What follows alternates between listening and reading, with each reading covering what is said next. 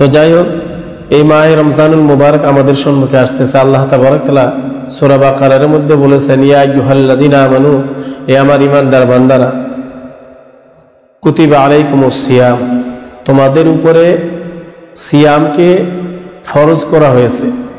কামা কুতিবা আলাল্লাযীনা মিন ক্বাবলিকুম, যেভাবে তোমাদের পূর্বপুরুষদের উপরে রোজা ফরজ ছিল। আল্লাহর পয়গম্বর সাল্লাল্লাহু তাআলা আলাইহি ওয়াসাল্লাম যে সময় মদিনায় হিজরত করলেন, মদিনার সমস্ত ইহুদি নাসারারা সকলেই আশুরার রোজা রাখতেন। আশুরার রোজা তখন তাদের উপরে ফরজ ছিল, বহুত গুরুত্বপূর্ণ ছিল।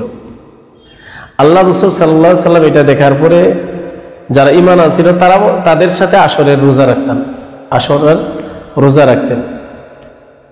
তো হিজরতের পরে আল্লাহ রাসূল সাল্লাল্লাহু আলাইহি ওয়াসাল্লামের যেটা মনে ইচ্ছা ছিল যে আল্লাহ তাআলা যদি মসজিদে আকসার দিকে ফিরে, তখন নামাজ পড়া হইতো। বাইতুল্লাহ ছিল, কাবা ছিল, মসজিদে আকসা। আল্লাহ রাসূল সাল্লাল্লাহু আলাইহি ওয়াসাল্লাম মনে খেয়াল আসলো, আল্লাহ যদি মসজিদে আকসা কাবা না হইয়া যদি কাবা ঘর বাইতুল্লাহ যদি কিবলা হইতো তাহলে আমি খুব খুশি হইতাম। এটা মনে ভাব ছিল। আল্লাহ রাসূল সাল্লাল্লাহু আলাইহি ওয়াসাল্লাম 2 রাকাত নামাজ পড়ছে আর 2 রাকাত পড়বার আছে।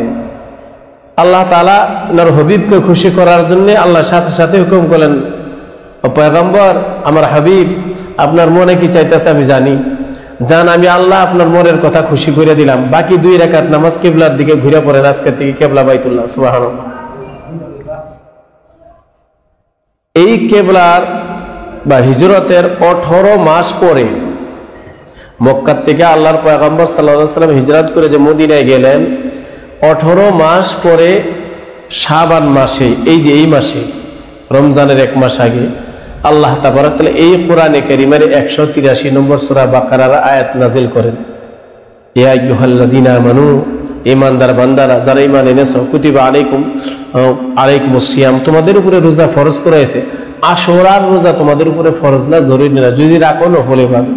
কিন্তু তোমাদের উপরে রমজানের 1 মাসের রোজা তোমাদের উপরে ফরজ করা হয়েছে।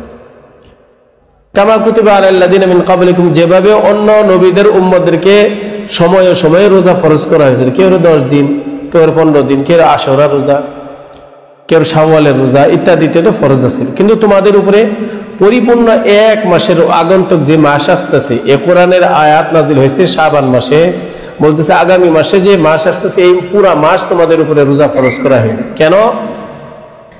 কেন ফরজ করা হলো? লাআল্লাকুম তাত্তাকুন, যাতে এই রমজান মাসের মধ্যে তোমরা রোজা রাখার পরে তোমরা মুত্তাকি হয়ে যেতে পারো, তোমরা আল্লাহওয়ালা হয়ে যেতে পারো, তোমরা জান্নাতি হয়ে যেতে পারো, তোমরা বেগুনাহ হয়ে যেতে পারো, তোমরা মাসুম হয়ে যেতে পারো। এই জন্যে এই 1 মাস তোমাদের উপরে রোজা ফরজ করা হইল। সুবহানাল্লাহ। রমজান, এই রমজান শব্দের অর্থ হলো আরবি শব্দ রা মিম দাদ নুন, রমজান এর শব্দ হইল যে রমজান, এটা পুইরা সারখার করে দেওয়া। এই মাসের শব্দের অর্থ হইল যেভাবে আগুনে কোনো খড়ি টরি কোনো কিছু দিলে যেভাবে পুইরা সারখার করে ফেলাই দেয় আগুনে, এইভাবেই এই মাসটা যারা রোজা রাখে মানুষের গুনাহ পুইরা সব কিছু সারখার করে দেয়, তাদেরকে মাসুম বানায় দেয়। সুবহানাল্লাহ। এই জন্য এই মাসের নাম হলো রমজান। সিয়াম শব্দের অর্থ হইল আত্মতিতিক্ষা, দূরে থাকা, বেঁচে থাকা, নিজেকে কুরবানি করা। সম শব্দের অর্থ এটা আরবি ভাষা, রোজা হইল ফার্সি ভাষা। অর্থাৎ এর শরীয়তের বিধানে সিয়াম শব্দের অর্থ হইল যে সুবহ সাদিক থেকে নিয়ে সন্ধ্যা পর্যন্ত খানা পিনার থেকে, স্ত্রী সহবাসের থেকে বিরত থাকাকে রোজা বলে, সিয়াম বলে। এই রমজান মাস সিয়াম বলে সুবহ সাদিক থেকে সন্ধ্যা পর্যন্ত ভোকা থাকা, সমস্ত ধরনের গুনাহ থেকে বেঁচে থাকা। এই জায়গায় একটা কথা লক্ষ্য করেন, আমরা সকলেই জানি ভাত খাওয়া বা আমাদের যে খাদ্য আছে, খাদ্য খাওয়া হারাম কি গো? হারাম তো না, হালাল, আমরা খাই। পানি পান করা, দুধ পান করা, শরবত পান করা আমাদের জন্য হালাল। তো হালাল না গো? হালাল। পানি পান করা, খানা খাওয়া ইত্যাদি, স্ত্রী সহবাস করা আমাদের জন্য হালাল। হালাল না গো? হালাল। কিন্তু রমজান মাসের মধ্যে সুবহ সাদিক থেকে নিয়ে সন্ধ্যা পর্যন্ত এই আমাদের হালালটাও, যে খাদ্য আমাদের জন্য হালাল, আমাদের জন্য জরুরি, খেতেই হবে, পানি আমাদের জন্য জরুরি, পান করতে হবে, কিন্তু হালাল বস্তুটাকে আল্লাহ তাবারাক তাআলা এই রমজান মাসে সুবহ সাদিক থেকে নিয়ে সন্ধ্যা পর্যন্ত হারাম করে দিয়েছেন। তাহলে যে হালাল বস্তুটাই যে মাসের মধ্যে আমাদের জন্য হারাম করে দিল যে আল্লাহ তাআলা, ওই মাসের মধ্যে হারাম যেগুলি কাজ আমাদের জন্য, তাহলে কতটুক হারাম, কথাটা একটু খেয়াল করেন। যেগুলি হালাল বস্তু ওগুলাই আমাদের জন্য হারাম করে দিয়েছে, আর যেগুলি হারাম, যেগুলি গুনাহের কাজ, এগুলোর থেকে এই রমজান মাসের মধ্যে কতটুক বেঁচে থাকা আমাদের জরুরি, এর দ্বারাই তো বোঝা যায়, এর দ্বারাই বোঝা যায়। আল্লাহ রাসূল সাল্লাল্লাহু তাআলা আলাইহি ওয়াসাল্লাম বলেছেন, মান সামা রমাযানা ঈমানান ওয়া ইহতিসাবান গুফিরা লাহু মা তাকাদ্দামা মিন যামবি। বুখারী শরীফের হাদিস। আল্লাহ রাসূল সাল্লাল্লাহু আলাইহি ওয়াসাল্লাম বলেছেন, মান সামা রমাযান, যে মাহ রমজান মাসের রোজা রাখলো ঈমানের সহিত, এটা ইচ্ছা কইরা, আল্লাহ গুফিরা লাহু মা তাকাদ্দামা মিন যামবি, আল্লাহ তাবারাক তাআলা তার জিন্দেগীর সমস্ত গুনাহ মাফ করে দিবেন। সুবহানাল্লাহ।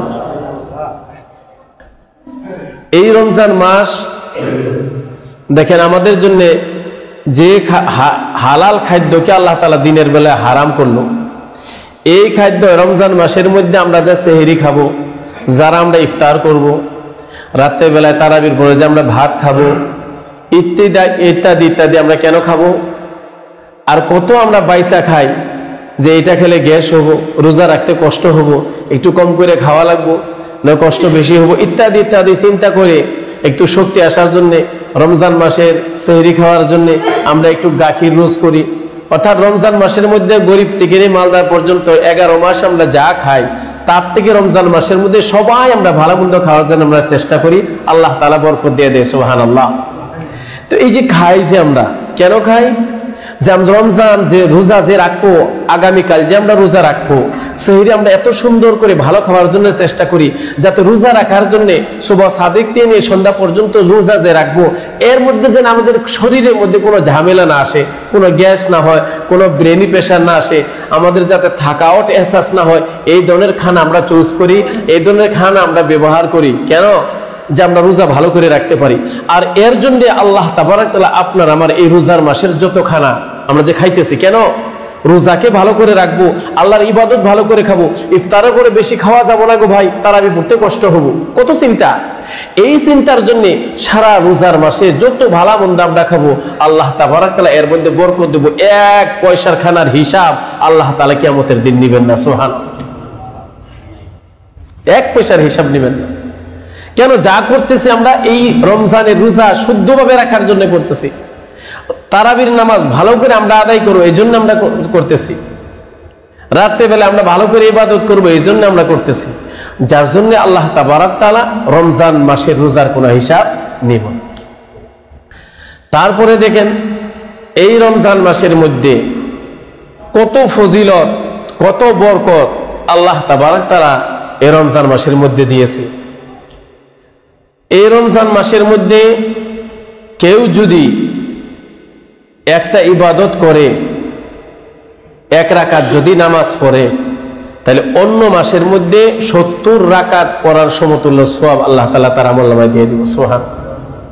আমরা টাকা পয়সা সাদাকা করি, দান খয়রাত করি, 1 টাকা দান এই রমজান মাসের মধ্যে করলে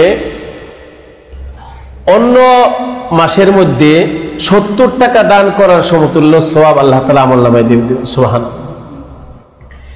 কোরআনে কারীমের একটা শব্দ, একটা অক্ষর যদি পড়ি, আলিফ, অপর মাসের মধ্যে 11 মাসের মধ্যে 10টা নেকি আল্লাহ তাবারাক তাআলা আপনার আমার আমলনামায় দেয়। সুবহানাল্লাহ। তাহলে রমজান মাসের মধ্যে একটা অক্ষর আলিফ পড়লে 10 দিয়ে 70 কে হিসাব করেন, আল্লাহ তাবারক ওয়া তাআলা এত সওয়াব আপনার আমার আমলনামায় দিয়ে দিবেন। সুবহানাল্লাহ।